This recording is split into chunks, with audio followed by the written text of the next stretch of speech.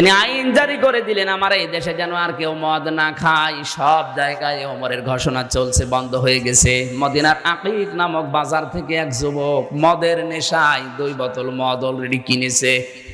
বাজারে এক গোপন জায়গায় খেয়েছে একটা, আর একটা চাদরের নিচে নিয়েছে যে বাড়ি যেয়ে খাবে। হঠাৎ পাহাড়ের কোল ঘেঁষে যেতে সন্ধ্যা লেগে গেছে। কে যেন ডাক দিচ্ছে, এই বেটা দাঁড়া। কণ্ঠ শুনে বুঝতে পেরেছে সাধারণ মানুষের কণ্ঠ, আমার দেশের খলিফার কণ্ঠ।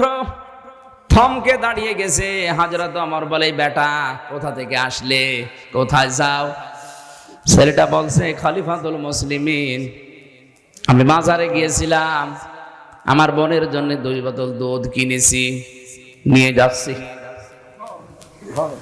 ডাক দিয়ে বলে, কই দেখি তোমার দুধ কেমন? বলছে, দুধ একটু গরম আছে, এই জন্য চাদর দিয়ে ঢেকে রেখেছি। পুরাটাই